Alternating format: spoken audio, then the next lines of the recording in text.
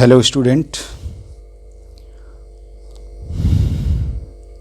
today we discuss about neurochemical studies, the method of study of animal behavior। तो आज का हमारा जो टॉपिक रहेगा वो बिहेवियर वाली ही यूनिट को आगे बढ़ाते हुए इसका बिहेवियर पार्ट 6 को लेकर के हम हाजिर हैं। और बिहेवियर पार्ट 6 जो है उसमें आज का हमारा जो टॉपिक है वो है केमिकल स्टडीज़। और इसको हिंदी में आप पिछले वीडियोज़ में पढ़ चुके हैं कि इसका मतलब होता है तंत्रिकीय रासायनिक अध्ययन। तो इसे आप इस तरह से समझें कि इलेक्ट्रोड के जब हम अभी पिछले वीडियोज़ में देख चुके हैं कि मानव मस्तिष्क या किसी भी एनिमल के मस्तिष्क में जब इलेक्ट्रोड स्थापित कर देते हैं तो उससे जो बायोइलेक्ट्रिक वेव्स बनती हैं उनको तंत्रिका तंत्र के विभिन्न क्षेत्रों से तंत्रिका अभिक्रियाओं का अध्ययन विभिन्न प्रकार के रसायनों की अति शुष्क मात्रा को प्रवेशित कराकर भी किया जा सकता है। पहले तो हमने केवल इलेक्ट्रोड फिट किया था, अब क्या है कि हम विभिन्न प्रकार के जो केमिकल्स जो हैं different kinds of different chemicals जो हैं इनका यूज़ करके केमिकल यूजेस के थ्रू भी हम इसका अध्ययन करेंगे। और ये जो केमिकल्स जो हैं जो रसायन है, न्यूरो का मतलब तो यानी तंत्रिका तंत्र के साथ में केमिकल को मिलाना है। यानी जो नर्वस सिस्टम है, आपका नर्वस सिस्टम है किसी भी एनिमल का, उस नर्वस सिस्टम के साथ में कुछ केमिकल्स को यूज़ करना है और उसके सहयोग से जो होने वाला डिफरेंट टाइप ऑफ बिहेवियर हो रहा है उसको स्टडी करना है। तो ये जो केमिकल यूज़ करेंगे हम, तो ये केमिकल मुख्य रूप से दो होते हैं और दो में एक तो होता है न्यूरो ट्रांसमीटर्स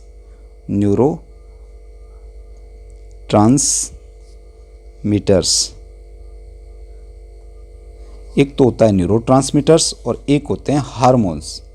ये दो तरह के यानी हम केमिकल को इस मेथड में यूज़ करते हैं, एक तो न्यूरोट्रांसमीटर्स, एक हार्मोन्स।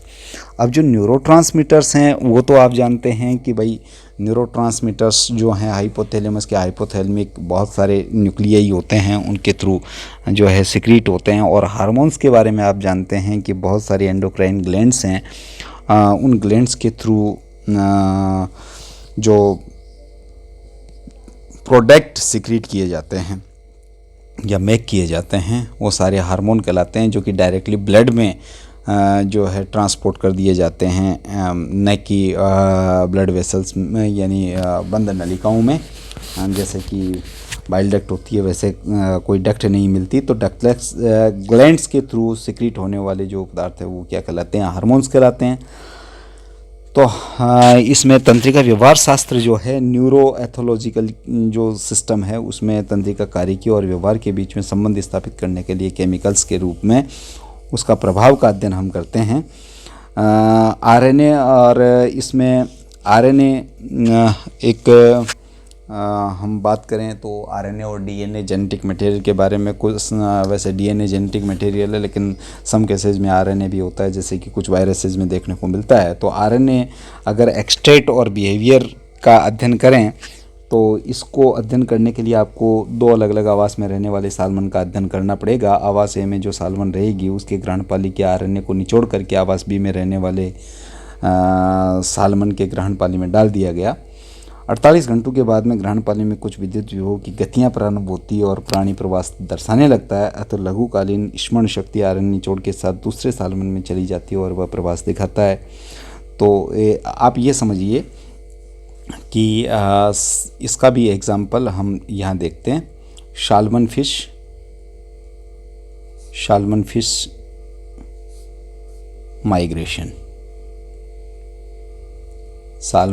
माइग्रेशन। इसमें क्या करते हैं, हम सालमन फिश लेते हैं, हैबिटेट, हमारे पास दो हैबिटेट है, habitat A and habitat B.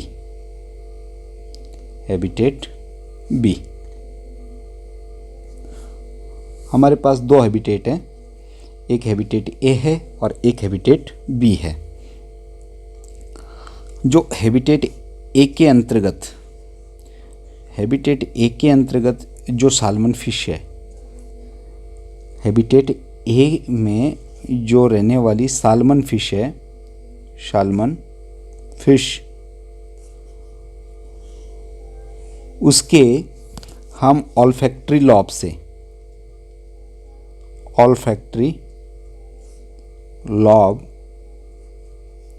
से आरएनए एक्सट्रैक्ट लेते हैं। क्या ले लेते हैं? आरएनए एक्सट्रैक्ट ले लेते हैं। अब जो हमारे पास दूसरी वाली है, दूसरी वाली कौन सी है भाई? दूसरी वाली दूसरे आवास में रहने वाली जो साल्मन फिश है, साल्मन फिश, इस साल्मन फिश की जो ऑल्फैक्टरी लॉब है, ऑल्फैक्टरी लॉब, इस ऑल्फैक्टरी लॉब के अंदर ये आरएनए एक्सट्रैक्ट हम इनपुट कर देते हैं, यानी डाल देते हैं। तो इससे क्या होगा? इससे ये फिश माइग्रेशन स्टार्ट कर देगी। माइग्रेशन स्टार्ट, यानी इसके व्यवहार में बदलाव आ गया। वैसे ये फिश माइग्रेशन नहीं करती, लेकिन इसका जो आरएनए एक्सट्रैक्ट था, यानी ये जो पदार्थ था आरएनए निचोड़, उसको इसमें डालते ही आफ्टर 48 आवर्स, इन 48 आवर्स के आफ्टर ये क्या कर देती है? प्रवास स्टार्ट कर देती है, माइग्रेशन। तो इसका मतलब ये हो गया कि जो स्मरण शक्ति आरएनए निचोड़ के साथ में थी, वो किस में पहुंच गई है? वो पहुंच गई है साल्मन बी में। और बी में जाते ही क्या है कि उसमें इलेक्ट्रिक एक्टिविटी, ऐसा क्यों होता है? इसमें ऐसा इसलिए होता है कि यहाँ पर इलेक्ट्रिक एक्टिविटीज स्टार्ट हो जाती है। इलेक्ट्रिकल एक्टिविटी स्टार्ट हो जाती है इन 48 आवर में, और जिससे कि उसमें प्रवास, व्यवहार, सब कुछ बदल जाता है और उसकी जो इस मेमोरी पावर है उस पर भी फर्क पड़ने लगता है। तो ये एक इसको हम साल्मन फिश के एग्जाम्पल के रूप में देख सकते हैं। इसी तरह से हम एक और एग्जाम्पल देख सकते हैं न्यूरोट्रांसमीटर के रूप में, कि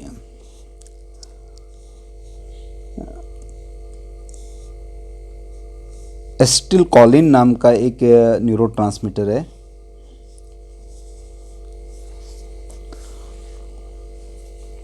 कौन सा है?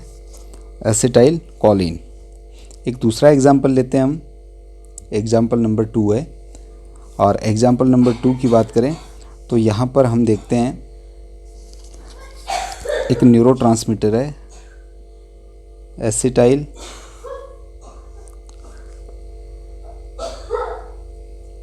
कोलिन।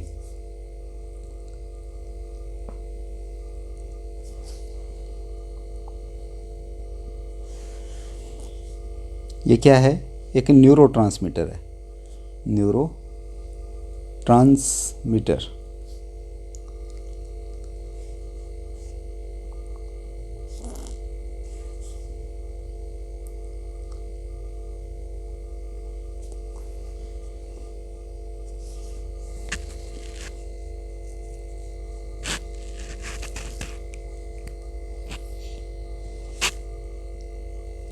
तो एसिटाइलकोलिन नाम का न्यूरोट्रांसमीटर है। यदि हम क्या करें, इस एसिटाइलकोलिन को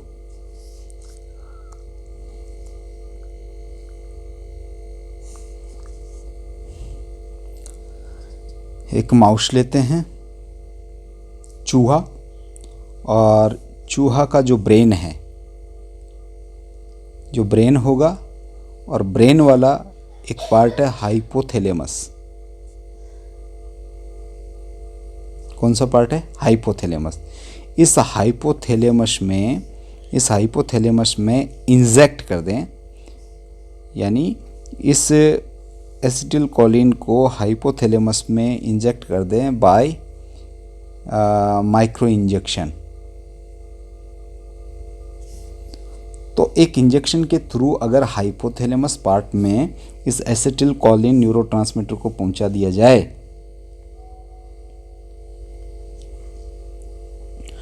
तो ये जो माउस था,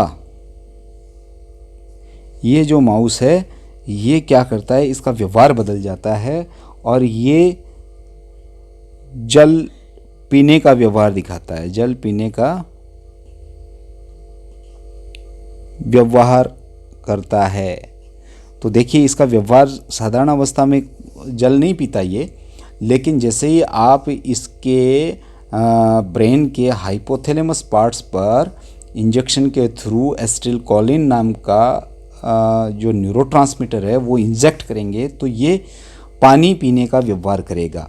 इसका कारण क्या है, इसका रीजन देखिए, इसका रीजन जो है, इसका जो कारण है वो कारण क्या है, वो आप देखोगे तो यहाँ पर देखोगे जो कारण है, जो रीजन है वो ये है कि जो हाइपोथैलेमस में पीने का केंद्र है,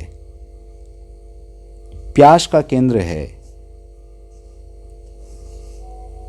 थ्रस्ट सेंटर है, प्यास का जो केंद्र है उसको उत्तेजित कर देता है। क्या कर देता है, उसको एक्साइट कर देता है, उत्तेजित कर देता है। और ये प्यास का केंद्र कहाँ होता है, ये हाइपोथैलेमस में होता है। तो यहाँ हमें समझने का ये है कि एसिटिल कोलिन नाम का न्यूरोट्रांसमीटर यदि इंजेक्शन के थ्रू माउस के ब्रेन के हाइपोथैलेमस पार्ट में इंजेक्ट कर दिया जाए तो माउस का जो थ्रस्ट केंद्र है वो एक्साइट हो जाता है और एक्साइट होते ही जो वो माउस था, जो चूहा था, वो जल पीने को आतुर हो जाता है, तो उसका व्यवहार बदल गया। तो ये न्यूरोट्रांसमीटर से होने वाला आपने देखा। इसी तरह से बहुत सारे और हार्मोन हैं जिनका अलग अलग प्रभाव आपको देखने को मिलेगा। एपिनेफ्रिन है, हिस्टामिन है, विभिन्न प्रकार के हार्मोन, स्टेरॉयड हार्मोन इस श्रेणी में आते हैं। कुछ ट्रांसक्विलिजर रहते हैं, सीडेटिव होते हैं यानी प्रशांतक और शामक, जिनमें रेसरपिन है, अफीम है, हेरोइन है, बारबिट्यूरेट है। ये साइकोमेट्रिक ड्रग्स की श्रेणी में कैफीन वगैरह, LSD वगैरह, इनको भी अगर यूज करते हैं तो प्राणी का व्यवहार बदल जाता है। और ये समय के साथ में, व्यक्तिगत विभिन्नताओं के साथ में, भौतिक कारणों के साथ में अलग अलग तरह से ये देखने को मिलता है। तो आज की वीडियो में हम न्यूरोट्रांसमीटर के थ्रू होने वाले कुछ इफ़ेक्ट और साल्मन फिश में फिर माइग्रेशन को हम किस तरह से समझाएं। इसमें जो ये वाला टॉपिक है केमिकल्स में न्यूरोट्रांसमीटर और हार्मोन्स दोनों आते हैं, तो ये हार्मोन्स वाला जो है वो हम अगले वीडियो में पढ़ेंगे कि जो कम्युनिकेशन है, जो बिहेवियर है, वो हार्मोन्स और फिरोमोन से किस तरह से इफ़ेक्ट होता है। तो इसके लिए आपको नेक्स्ट वीडियो देखना पड़ेगा और वो वीडियो हमारा 7 नंबर का होगा। तो 7 नंबर के वीडियो को वॉच करने के लिए आपको इस वीडियो के बाद में अगले वीडियो पे क्लिक करना पड़ेगा और उसके बाद में आप हार्मोन और फिरोमोन्स और व्यवहार उसको समझने में मदद मिलेगी। तो आप हार्मोन और फिरोमोन्स में क्या डिफरेंसेज है, एक तो ये देखेंगे और उससे होने वाले व्यवहार को समझ पाएंगे।